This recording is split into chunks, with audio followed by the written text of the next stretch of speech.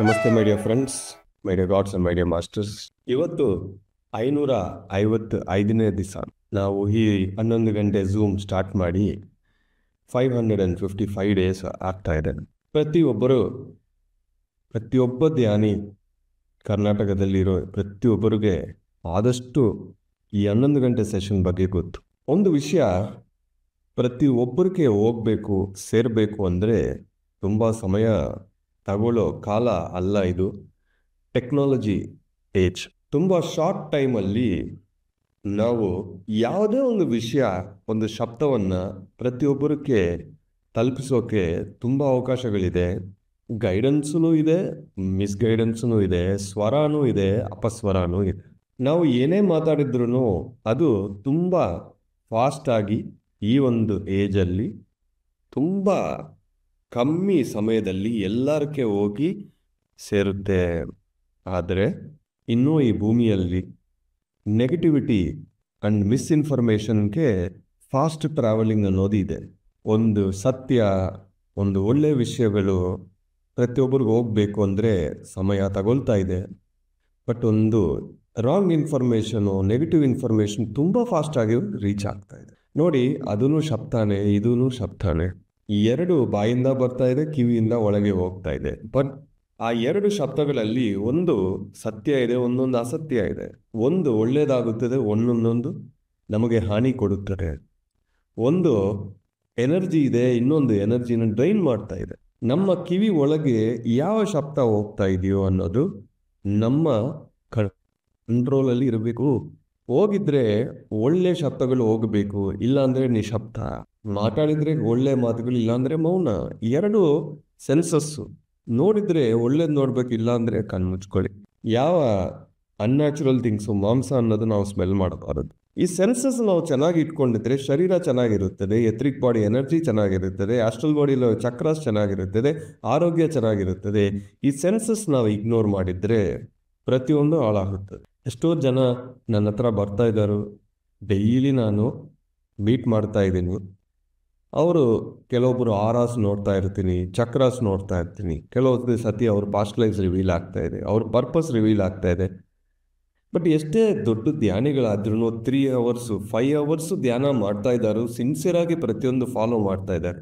ಕೆಲವೊಂದು ವಿಷಯಗಳಲ್ಲಿ ಚಿಕ್ಕ ಚಿಕ್ಕ ವಿಷಯದಲ್ಲಿ ಅವರು ಮಿಸ್ ಮಾಡ್ತಾ ಇದ್ದಾರೆ. ಅಂದರೆ ಯಾರಾದೇನಾದ್ರು ಮಾತಾಡಿದರೆ ಒಳಗೆ ತಗೊಳ್ಳೋದು, ಬೆಳ್ಳುಳ್ಳಿ ತಿನ್ನೋದು, ಏನಾದರೂ ಒಂದು ಸಂಘಟನೆ ಆಗಿದ್ದರೆ ಮತ್ತೆ ಮತ್ತೆ ಪುನಃ ಅದನ್ನೇ ನೆನಪಿಟ್ಕೊಳ್ಳೋದು, ಇದೆಲ್ಲ ಸ್ವಲ್ಪ ಸ್ವಲ್ಪ ಮಾಡಿ ಡ್ಯಾಮೇಜ್ ಮಾಡ್ತಾರೆ. ಪ್ರತಿಯೊಬ್ಬರು ಅವ್ರು ಚೆನ್ನಾಗಿದ್ದಾರೋ, ಅವ್ರ ಮನೆಯಲ್ಲಿ ಯಾರು ಧ್ಯಾನ ಮಾಡ್ತಾ ಇಲ್ಲ, ಮಕ್ಕಳು ಮಾಡ್ತಾ ಇಲ್ಲ, ಗಂಡ ಮಾಡ್ತಾ ಇಲ್ಲ. ಆವಾಗ ಆ ಮನೆ ವೈಬ್ರೇಷನಲ್ಲಿ ಒಂದು ಚೇಂಜ್, ಪರಿವರ್ತನೆ ಬರಬೇಕು. ಅದು ಬರಬೇಕು ಅಂದರೆ ಆ ಮನೆಯಲ್ಲಿ ಶಬ್ದಗಳು ಕರೆಕ್ಟಾಗಿ ಇರಬೇಕು, ಸಂಗೀತ ಕರೆಕ್ಟಾಗಿರಬೇಕು. ಆವಾಗ ಆ ಮನೆ ವೈಬ್ರೇಷನ್ ಚೇಂಜ್ ಆಗುತ್ತೆ. ಮನೆ ವೈಬ್ರೇಷನ್ ಚೇಂಜ್ ಆಗಿದ್ರೆ ಮನಸ್ಸು ಒಳಗೆ ಇರೋ ವೈಬ್ರೇಷನು ಚೇಂಜ್ ಆಗುತ್ತೆ. ಆವಾಗ ಮನೆಯಲ್ಲಿರೋ ಪ್ರತಿಯೊಬ್ಬರು ಧ್ಯಾನಕ್ಕೆ ಬರೋಕ್ಕೆ ಸಹಕಾರ ಆಗುತ್ತೆ. ಯಾವಾಗಲೂ ಎಕ್ಸ್ಟ್ರೀಮ್ಸ್ ಹೋಗ್ಬಾರ್ದು. ಎಕ್ಸ್ಟ್ರೀಮ್ಸ್ ನಾನು ಯಾವಾಗ ಹೋಗ್ತೀವೋ ಆವಾಗ ಒಂದು ಸ್ಟ್ರಿಂಗ್ ಇನ್ಸ್ಟ್ರೂಮೆಂಟ್ ಇದೆ, ಒಂದು ವೀಣಾ, ಇಲ್ಲಾಂದರೆ ವೈಲಿನ್ನು, ಸಂತೂರು, ಸಿತಾರ್ ಇದೆ. ಸ್ಟ್ರಿಂಗ್ ಲೂಸ್ ಆಗಿದ್ದರೆ ಶಬ್ದ ಕೇಳಲ್ಲ, ತುಂಬ ಟೈಟ್ ಆಗಿದ್ದರೆ ಒಡೆದೋಗುತ್ತೆ. ಆ ಮಿಡಲ್ ಪಾತ್ ಅಂತಾರೆ, ಕರೆಕ್ಟ್ ಟ್ಯೂನಿಂಗ್. ಆ ಮಿಡಲ್ ಪಾತನ್ನು ನಾವು ಬ್ಯಾಲೆನ್ಸ್ ಮಾಡಿಕೊಂಡು ಬರಬೇಕು. ಎಲ್ಲಿನೂ ಫ್ಯಾಮಿಲಿ ಡಿಸ್ಟರ್ಬ್ ಆಗಬಾರ್ದು, ಮೆಡಿಟೇಷನು ಡಿಸ್ಟರ್ಬ್ ಆಗಬಾರ್ದು. ಎರಡನ್ನೂ ಬ್ಯಾಲೆನ್ಸ್ ಮಾಡಿಕೊಂಡು ಬರಬೇಕು. ಅದೇ ನಮ್ಮ ಭೂಮಿಯಲ್ಲಿ ನಾವು ಕಲಿಬೇಕು ದೊಡ್ಡ ಒಂದು ವಿಷಯ. ಈ ಆತ್ಮಗೆ ಇದು ಗೊತ್ತಾಗಬೇಕು. ಯಾರನ್ನು ಡಿಸ್ಟರ್ಬ್ ಮಾಡಬಾರ್ದು, ಯಾರು ನಮ್ಮನ್ನು ಡಿಸ್ಟರ್ಬ್ ಮಾಡಬಾರದು. ಹಂಗೆ ನಾವು ಮೇಂಟೈನ್ ಮಾಡ್ಕೊಂಡು ಬಂದರೆ ಲಾಂಗ್ ಟರ್ಮ್ಗೆ ಈಸಿ ಆಗುತ್ತೆ. ಏನೋ ಬಂದ್ಬಿಡುತ್ತೆ ಅಂತ ನೀವು ಎಕ್ಸ್ಟ್ರೀಮ್ಗೆ ಹೋಗ್ಬಿಟ್ರೆ ಮತ್ತೆ ನೀವು ಧ್ಯಾನ ಮಾಡೋಕ್ಕೆ ಕೋಆಪ್ರೇಟ್ ಮಾಡಲ್ಲ ಯಾರು. ಸೊ ಬಾಯಿಂದ ಬರೋ ಶಬ್ದಗಳು, ಕಿವಿ ಒಳಗೆ ಬರೋ ಶಬ್ದಗಳು ಸತ್ಯ ಶಬ್ದಗಳಿರಬೇಕು, ಇಲ್ಲಾಂದರೆ ನಿಶಬ್ದ ಇರಬೇಕು. ಒಂದು ಶಬ್ದ ನುಡಿಸ್ತೀನಿ.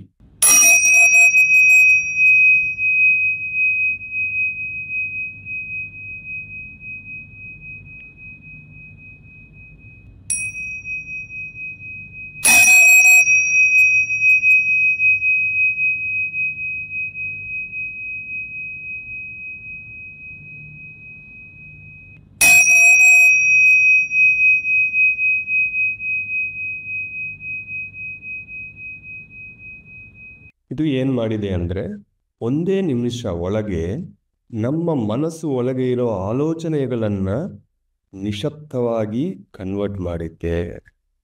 ಒಂದೇ ನಿಮಿಷ, ಜಾಸ್ತಿ ತಗೊಂಡಿಲ್ಲ. ಬರೀ ಒಂದೇ ನಿಮಿಷದಲ್ಲಿ 3 ಸತಿ ನಾನು ನುಡಿಸಿದ್ದೀನಿ, ಮನಸ್ಸು ಶೂನ್ಯ ಆಗಿದೆ. ಅಂದರೆ ಪ್ರತಿ ದಿವಸ ರೋಡ್ಗಳಲ್ಲಿ, ಮನೆಯಲ್ಲಿ, ಫೋನ್ಸಲ್ಲಿ ಎಷ್ಟು ಶಬ್ದಗಳು ನಮ್ಮ ಒಳಗೆ ಹೋಗ್ತಾ ಇದೆ, ಅದು ನಮ್ಮನ್ನು ಎಷ್ಟು ಇಂಪ್ಯಾಕ್ಟ್ ಮಾಡ್ತಾ ಇದೆ ಅನ್ನೋದು ಸ್ವಲ್ಪ ಯೋಚನೆ ಮಾಡಿ. ಈ ಒಂದೊಂದು ಇನ್ಸ್ಟ್ರೂಮೆಂಟ್ಸಿಂದ ಬರೋ ಈ ನಾದ, ಈ ಶಬ್ದ, ಯಾವ ಎಮೋಷನ್ ಇರಲ್ಲ, ಅದಕ್ಕೆ ಯಾವ ಭಾವನೆ ಇರಲ್ಲ, ಯಾವ ಒಂದು ಉದ್ದೇಶ ಇರಲ್ಲ. ಬಟ್ ಒಬ್ಬರು ಮಾತಾಡ್ತಾ ಇದ್ದಾರಂದರೆ ಅವ್ರ ಮನಸ್ಸು ಒಳಗೆ ಇರೋ ಆಲೋಚನೆಗಳು, ಅವ್ರ ಭಾವನಾ ಶರೀರದಲ್ಲಿ ಇರೋ ಭಾವನೆಗಳನ್ನು ಸೇರಿ ಆ ಶಬ್ದದ ಮೂಲಕ ನಮ್ಮ ಮನೆಗೆ ಬರ್ತಾ ಇದೆ, ನಿಮ್ಮ ಒಳಗೆ ಹೋಗ್ತಾ ಇದೆ. ಶಬ್ದಗಳನ್ನು ನಾವು ಕರೆಕ್ಟಾಗಿ ಅನಲೈಸ್ ಮಾಡ್ಕೋಬೇಕು. ಒಂದು ಕಡೆ ಜಗಳ ಆಗ್ತಾ ಇದೆ ಅಂದರೆ ಅಲ್ಲಿ ನಿಲ್ತ್ಕೊಂಡು ನೀವು ನೋಡ್ತಾ ಇದ್ರಿ, ಕೇಳ್ತಾ ಇದ್ರಿ, ಏನಾಗ್ತಾ ಇದೆ, ಮನಸ್ಸಿಗೆ ಅದು ಫೀಡ್ ಆಗ್ತಾ ಇದೆ. ಆ ಎಮೋಷನ್ಸು, ಡಿಸ್ಟರ್ಬೆನ್ಸಸ್ ಎಲ್ಲ ಕಿವಿಗೆ ಹೋಗ್ತಾ ಇದೆ. 2 ನಿಮಿಷ ನಾವು ಅಲ್ಲಿ ನೋಡ್ತೀವಿ, ಬಟ್ ಅದನ್ನು ಇಂಪ್ಯಾಕ್ಟು ನೀವು ಎಷ್ಟು ತಿಂಗಳಿರುತ್ತೋ ನಿಮ್ಗೆ ಗೊತ್ತಿಲ್ಲ. ಒಂದೇ ನಿಮಿಷ ಇದನ್ನು ನಾವು ಕೇಳಿದ್ದೀವಿ. ಮೈಂಡ್ ಇವಾಗ ಒಂದ್ಸತಿ ಅಬ್ಸರ್ವ್ ಮಾಡಿ, ಮೈಂಡ್ ಎಷ್ಟು ಕಾಮ್ ಆಗಿದೆ. ಕಣ್ಣು ಮುಚ್ಕೊಳ್ಳಿ, ಇನ್ನೊಂದು ನೋಡಿಸ್ತೀನಿ.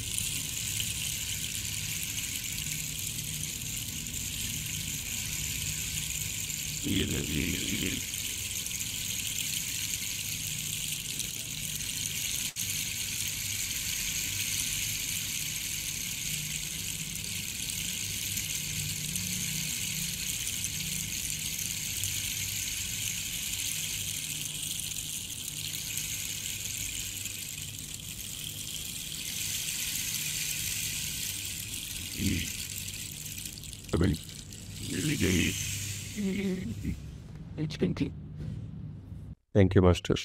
ಈ 2 ನಾನು ಯಾಕೆ ನುಡಿಸಿದ್ದೀನಂದರೆ, ಒಂದೇ ನಿಮಿಷದಲ್ಲಿ ಇಷ್ಟು ಚಿಕ್ಕದಾಗಿ ನಾವು ನುಡಿಸಿದ್ರೆ ಅದು ನಮ್ಮ ಮನಸ್ಸನ್ನ, ಭಾವನೆಗಳನ್ನು ಎಷ್ಟು ಇಂಪ್ಯಾಕ್ಟ್ ಮಾಡ್ತಾ ಇದೆ ಅನ್ನೋದು ನಿಮಗೆ ಒಂದು ಡೆಮೋ ತೋರಿಸು.